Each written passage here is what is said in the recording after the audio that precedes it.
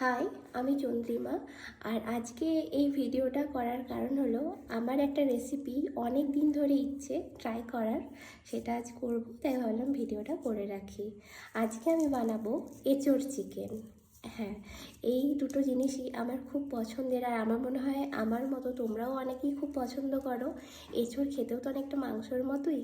তো এঁচোড় খেয়েছি আলু দিয়ে, এঁচোড় চিংড়ি, নানান রেসিপি খেয়েছি, চিকেনও খেয়েছি নানান রকম। কিন্তু এই দুটো প্রিয় জিনিস একসাথে মিলিয়ে কেমন খেতে লাগে আমার একদিন করার খুব ইচ্ছে ছিল। তো আজকে সেটা সম্ভব হচ্ছে। প্রথমে ভেবেছিলাম জানো তো যে আলুটা স্কিপ করব, তারপর মনে হলো বাঙালি তো একটু আলু না হলে হয়। তো তারপরে কি করছি চলো দেখা যাক। তো প্রথমে এরকম সাইজের একটা বা মিডিয়াম সাইজের দুটো পেঁয়াজ কেটে নেব। আসলে পুরোটাই নির্ভর করছে তোমরা কতটা চিকেন আর কতটা এঁচোড় ব্যবহার করছো তার উপরে। প্রথমবার করছি, কেমন খেতে হবে জানি না, তাই অল্প করেই করছি। তো পেঁয়াজটা কাটি চলো।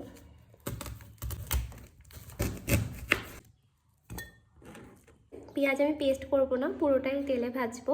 এই যে অল্প একটা আলু কুচিয়ে রেখেছি মিডিয়াম সাইজের। এখানে নিয়ে নিয়েছি একটা ছোট সাইজের এঁচোড়। এঁচোড়টা ভীষণ কচি ছিল, তাই আমি খুব একটা সেদ্ধ করিনি, হালকা ভাপিয়েছি নুন হলুদ দিয়ে যাতে কষ ভাবটা চলে যায়। আর নিয়েছি এখানে আদা রসুন আর লঙ্কা, এটা একটু পেস্ট করে নেব। আর এখানে নিয়েছি চিকেন, খুব বেশি নিচ্ছি না যেহেতু প্রথমবার করছি। তেল গরম হতে দিয়ে দিয়েছি। এবার কিন্তু পুরো রান্নাটা যেমন তোমরা চিকেন বা এঁচোড় করো সেরকমই হবে। গোটা গরম মশলা, জিরে, লঙ্কা এই সময় অ্যাড করব, কিন্তু এই রান্নাতে টমেটোটাও ব্যবহার করতে পারো। আমি টমেটোটা স্কিপ করব। এবার এতে অল্প জিরে দিয়ে দিচ্ছি, হালকা ভেজে পেঁয়াজ অ্যাড করে নেব।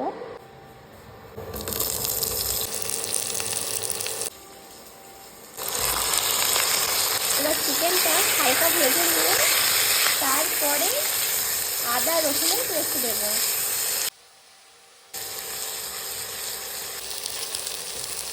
এবার এটা হালকা 3-4 মিনিট ভেজে নিয়ে মশলাগুলো অ্যাড করব। এঁচোড় আর চিকেন রান্না করতে যে যে মশলাগুলো আমরা ব্যবহার করি সবই অ্যাড করেছি। হলুদ, গোলমরিচ গুঁড়ো, ধনে, লঙ্কা গুঁড়ো, জিরে গুঁড়ো, গরম মশলা সব এই সময়ই মিক্স করে ভালো করে নেড়ে নেব। তারপরে একে একে এঁচোড় আর আলুটা অ্যাড করে নেব। আমি কিন্তু এখনো নুন দিইনি, নুনটা কিন্তু আমি আলু আর এঁচোড়টাকে কষানোর পরে অ্যাড করব।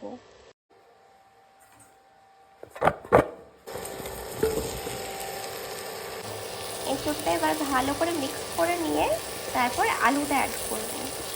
এবার আলুটা অ্যাড করে দিচ্ছি। আলুটা মিক্স করে নিয়ে 4-5 মিনিট ভাজবো, তারপর আমি কিন্তু নুনটা অ্যাড করব। এখন যদি নুন অ্যাড করি তাহলে জল বেরিয়ে যাবে আর ভালো মতো ভাজা হবে না। এত সুন্দর গন্ধ বেরোচ্ছে যে আমার এখনই লোভ লাগছে। তোমরা প্লিজ সবাই একবার করে দেখো কেমন লাগছে, আমাকে নিশ্চয়ই জানিও। এরপর এবার লবণটা দিয়ে দেব। আচ্ছা, লবণটা দিয়ে কিন্তু আমি জল দেব না, এটাকে ঢাকা দিয়ে দিয়ে রান্না করব। লাস্টে যদি প্রয়োজন হয় তখন অল্প একটু জল দেবো।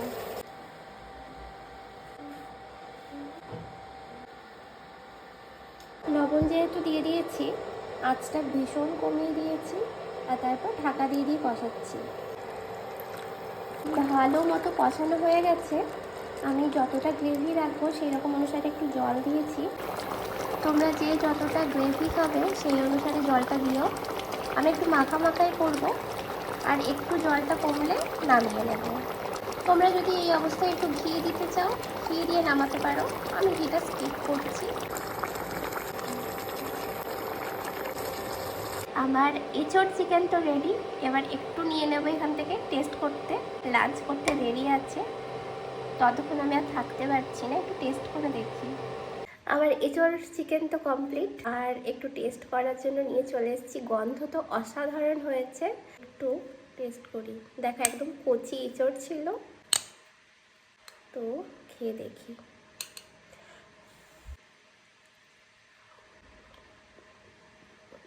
দারুণ, একদম জল ছাড়া কষিয়ে কষিয়ে ফ্লেভারটা এত ভেতরে ঢুকেছে না, মানে অসাধারণ। আমার এতদিন ধরে ইচ্ছা ছিল এটা খাওয়ার, তো অবশ্যই ট্রাই করো। দেখা হবে নেক্সট কোনো ভিডিওতে। টাটা।